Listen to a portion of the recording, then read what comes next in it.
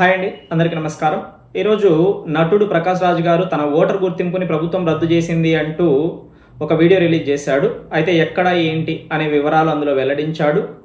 అతను చెప్పిన మాటలేంటి, అందులో దాచిన మాటలేంటి అనే విషయాన్ని కూడా మనం ఈ వీడియోలో డిస్కస్ చేద్దాము. ఆయన చెప్పింది ఏంటి అంటే, తనకి బెంగళూరులో ఉన్నటువంటి ఓటుని సర్ ప్రాసెస్ ద్వారా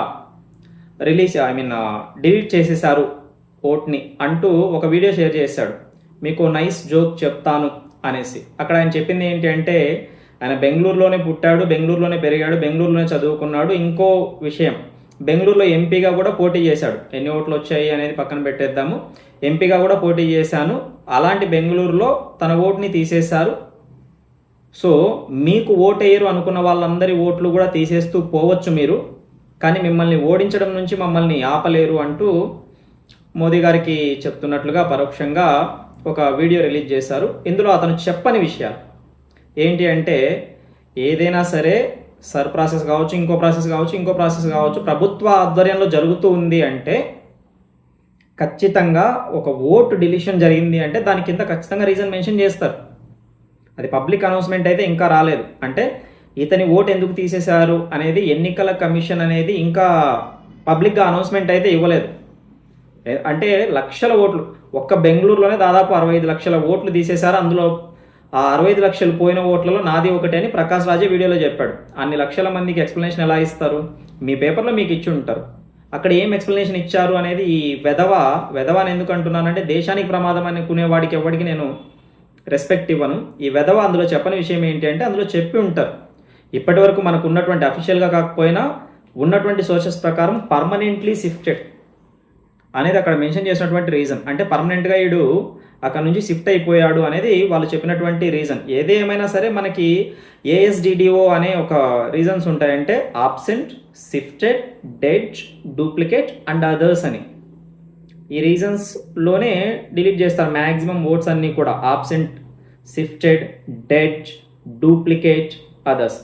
ఆల్రెడీ వీడు అసలు ఎంత సిగ్గు లేకుండా ఈ వీడియో చేస్తున్నాడు అనడానికి ఒక నిదర్శనంగా మనం తీసుకోవచ్చు. ప్రజలకందరికీ తెలుసు వీడు ఒక చిల్లరగాడు. తెలంగాణలో ఓటు ఉంది, తమిళనాడులో ఓటు ఉంది, బెంగళూరులో ఓటు ఉంది.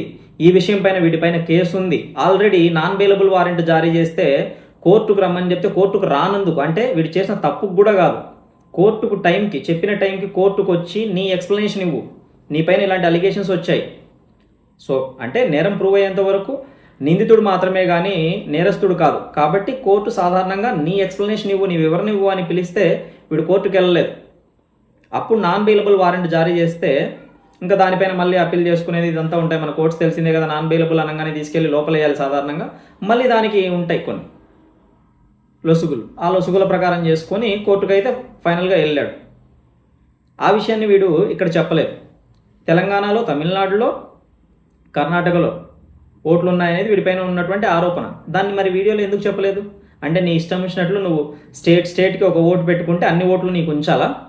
నువ్వు ఎక్కడికి కావాలంటే అక్కడికి వెళ్ళి నీకు నచ్చిన లీడర్కి, దేశద్రోహులకి పచ్చిగా చెప్పాలి అంటే దేశద్రోహులకి ఓట్లు వేసి వస్తూ ఉంటే దేశం చూస్తూ ఊరుకోవాలా? ప్రకాష్ రాజ్ గారు ఈ విషయాన్ని చెప్పాలి కదా, అక్కడ మెన్షన్ చేసి ఉంటారు కదా రీజను. ఒక నటుడిగా నువ్వు చాలా రాష్ట్రాల్లో తెలుసు, చెప్పాలంటే దేశం అంతా జాతీయ స్థాయిలో హిందీ సినిమాలు కూడా యాక్ట్ చేసావు. మరి అలాంటి స్థాయి ఉన్నప్పుడు నువ్వు బాధ్యతాయుతంగా వాళ్ళు ఇచ్చిన ఎక్స్ప్లెనేషన్ ఏంటి అనేది చెప్పాలి. చెప్పి ఆ తర్వాత పర్మనెంట్గా షిఫ్ట్ కాలేదు అని నీ దగ్గర ప్రూఫ్స్ ఉంటే చూపించాలి. జోకర్ గాడి లాగా నైస్ జోక్ చెప్తానంటే నువ్వు జోకర్ గాడివే.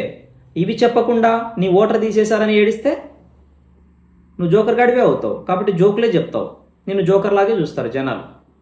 కాబట్టి ఫస్ట్ వాళ్ళు చెప్పిన రీజన్ ఏంటి, దానికి నీ దగ్గర ఏమైనా పర్మనెంట్గా షిఫ్ట్ కాలేదు అనే ఆధారాలు ఉంటే తీసుకొచ్చి చూపించు. అప్పుడు నిన్ను జోకర్ కాదు అని చెప్పచ్చు. అండ్ మోర్ ఓవర్, ఇలాంటి వాళ్ళని వాడు వీడు అంటూ వీడియోస్ చేసేప్పుడు ప్రతి ఒక్కరిని క్షమించాలి. మీరు క్షమించాలి, వాడు కాదు. ఎందుకంటే ఈ దేశ సమగ్రతకు, హిందూ మతానికి ముప్పు వాటిల్లేలాగా ప్రవర్తించే ఏ నా కొడుక్కి నేనైతే రెస్పెక్ట్ ఇవ్వలేను. అది జరగదు. కాబట్టి వాడు అని అంటాను.